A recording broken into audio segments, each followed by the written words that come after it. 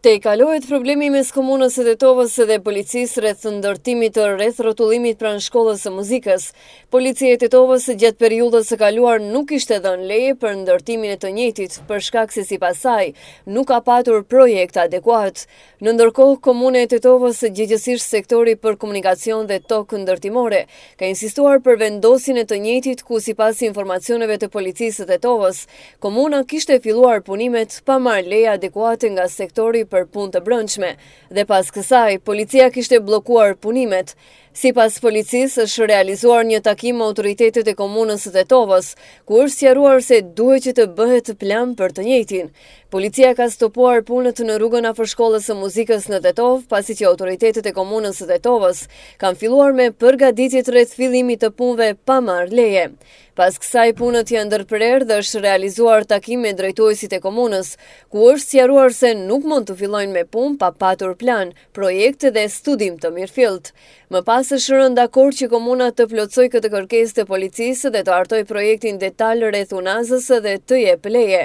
Shpresojmë se në një afat më të shkurtër do të dorëzohet plani, ka thënë nga sektori për punë të brendshme në Tetovë. Nga ana e komunës së Tetovës është theksuar se pikërisht kjo ka bërë që të zhagiten punët në tërë projektin për rregullimin e rrugës Kongresi Manastirit.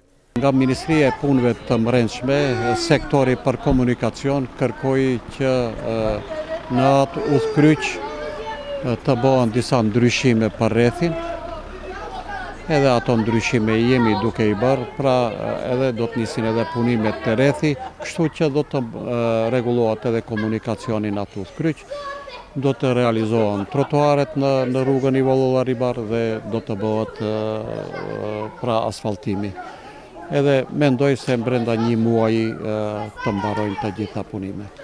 Ndryshe, kjo rrugë që quhet rruga e Manastirit ka filluar të ndërtohet në tetor të vitit të kaluar dhe gjatë realizimit të punëve ka patur shumë pengesa të ndryshme, kurse banorët e kësaj lagje në sezonin e vjeshtës, dimrit dhe pranverës, kur ka lagështi, kanë kaluar në këtë rrugë për plot me balt. Në këtë periudhë, po ashtu është duke u punuar edhe në fazën e dytë të asfaltimit të rrugës së Banjës, një rrugë jo mjaft e frekuentuar dhe një që kap investim mjaft të madh kapitali, pasi që e njëjta ishte dëmtuar gjatë vërshimeve të vitit të kaluar. Në ndërkohë, në disa pjesë të qytetit të Tetovës, sërish ka rifilluar sanimi gropave në rrugët të cilët më së shpeshti dëmtohen.